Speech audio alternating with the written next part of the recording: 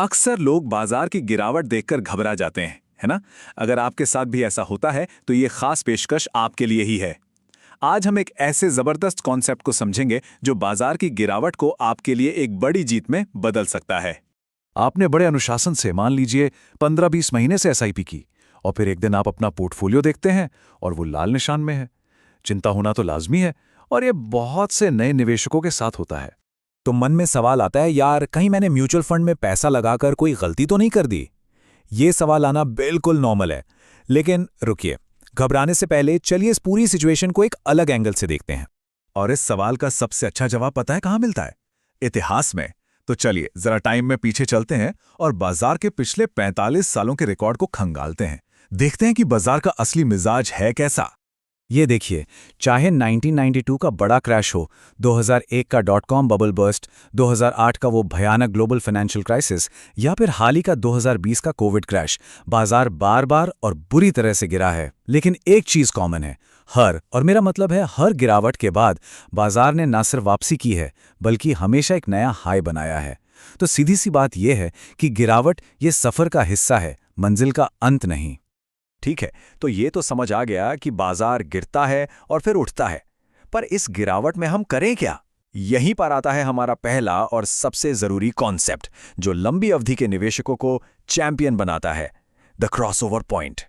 तो ये crossover point आखिर है क्या? ये वो जादुई पल है, वो मैजिकल मोमेंट जब आपके पोर्टफोलियो की वैल्यू आपके लगाए हुए कुल पैसे से दोगुनी हो जाती है, डबल। और जैसे ही आप इस पॉइंट पर पहुंचते हैं, आपके पोर्टफोलियो को एक मजबूत, आप कह सकते हैं एक फाइनेंशियल कुशन मिल जाता है। इसके बाद बाजार कितना भी गिरे, आपके लगाए हुए असल पैसे पर, यानी आपके मूलधन पर आंच नहीं आती।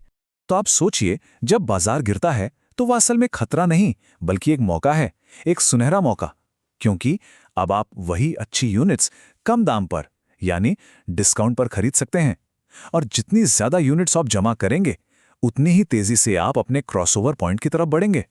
हाँ, लेकिन एक बात साफ है, इस पॉइंट तक पहुंचना कोई 100 मीटर की रेस नहीं, ये एक मैराथन है।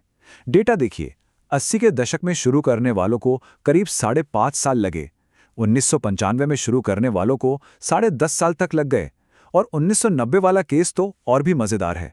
एक बबल था, 2 साल में पैसा डबल हुआ, लोग खुश, लेकिन फिर बाजार ऐसा गिरा कि उस पैसे को रिकवर करने में 14 साल और लग गए। तो सबक क्या है? मार्केट को टाइम करने की कोशिश बेकार है, खेल में टिके रहना वही असली जीत है। तो क्रॉसओवर पॉइंट तक पहुंचना हमारा पहला लक्ष्य है।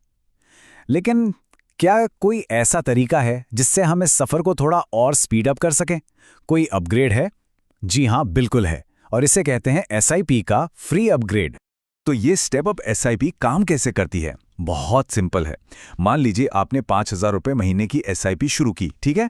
अब स्टेप 2, ठीक 1 साल बाद आपने अपनी एसआईपी को सिर्फ 10% से बढ़ा दिया, यानी अब आप 5,500 रुपये महीना दे रहे हैं। और बस यही करते रहना है, हर साल अपनी एसआईपी को थोड़ा थोड़ा बढ़ाते जाना है। ये आपकी बढ़ती सैलरी के साथ साथ आपके निवेश को भी बढ़ाता है। अब इसके असर को समझने के लिए चलिए 2 निवेशकों की कहानी देखते हैं, निवेशक ए और निवेशक बी। दोनों ने 30 साल के लिए 5,000 रुपये महीने से शुरुआत की। बस फर्क यह था कि निवेशक बी ने स्टेप अप का रास्ता चुना, और 30 साल बाद जो नतीजे आए वो सच में चौंकाने वाले थे। अगर हम 12% का औसत सालाना रिटर्न मानकर चलें, तो हमारे नॉर्मल एसआईपी वाले निवेशक ए ने बनाए 1.76 करोड़ रुपए, जो कि बहुत अच्छा है।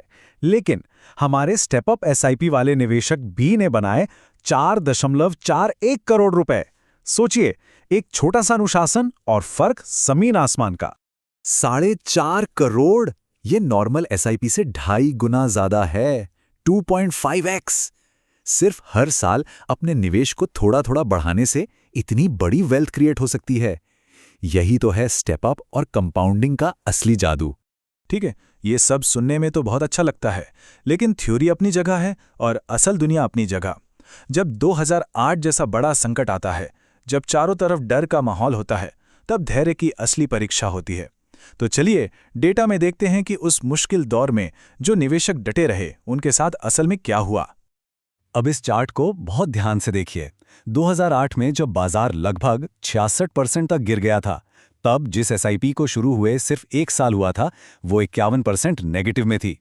लेकिन जिस स्टेप अप एसआईपी को चलते हुए 5 साल हो चुके थे, वो सिर्फ 4-4.5% गिरी। और जिस स्टेप अप एसआईपी को 10 साल हो गए थे, जरा सोचिए, वो 14.4% के मुनाफे में थी। मतलब बाजार तबाह हो रहा है और आपका पोर्टफोलियो प्रॉफिट में है। यही है लंबे समय और अनुशासन का सबसे बड़ा इनाम, आपका सबसे बड़ा सुरक्षा कवच। और कहानी यहीं खत्म नहीं होती। 2008 के क्रैश में 2 तरह के निवेशक थे। एक, जिसने डर के बावजूद अपनी एसआईपी चालू रखी। दूसरा, जिसने घबराकर अपनी एसआईपी बंद कर दी। नतीजा, 2026 तक अपनी एसआईपी चालू रखने वाले का कॉर्पस लगभग 94 लाख रुपए तक पहुंच गया, जबकि एसआईपी बंद करने वाला सिर्फ 21 लाख पर अटक गया। एक फैसला और 2 अलग-अलग तकदीरें। और ये आखिरी डेटा पॉइंट शायद सबसे ज़रूरी है। ये दिखाता है कि समय के साथ आपके पोर्टफोलियो के नेगेटिव होने की संभावना कैसे कम होती जाती है। 1 साल बाद 25% चांस है कि आपका पोर्टफोलियो रेड में हो। 5 साल बाद ये चांस घटकर सिर्फ 1% रह जाता है और 10 साल बाद ये संभावना ऐतिहासिक रूप से 0 हो जाती है। तो असल में सबसे बड़ा रिस्क क्या है? निवेश करना या लंबे समय तक निवेशित ना रहना? तो इस पूरी बातचीत से हमें क्या 4 बातें गांठ बांध लेनी है। पहली, शॉर्ट टर्म में अगर पोर्टफोलियो नेगेटिव दिखे तो घबराना नहीं है, वो XIR ऊपर नीचे होता रहेगा। दूसरी, हमेशा याद रखें कि बाजार का लंबा सफर ऊपर की तरफ ही है। तीसरी, अपनी दौलत को सुपरचार्ज करने के लिए आज ही स्टेप अप SIP का तरीका अपनाएं। और चौथी, अपना सबसे बड़ा लक्ष्य बनाइए क्रॉसओवर पॉइंट तक पहुंचने का। तो आंकड़े बिल्कुल साफ हैं। जो लोग इंतजार करते हैं, टिके रहते हैं और अपनी एसआईपी को हर साल थोड़ा थोड़ा बढ़ाते हैं, वो आखिरकार एक ऐसे मुकाम पर पहुंच जाते हैं जहां उनका पोर्टफोलियो कभी पानी के नीचे नहीं जाता, मतलब कभी परमानेंट लॉस में नहीं जाता। तो आखिर में सवाल बस एक ही है, आप अपनी निवेश की कहानी आज के पल भर के डल से लिखना चाहते हैं या आने वाले कल की पक्की ग्रोथ को देखकर?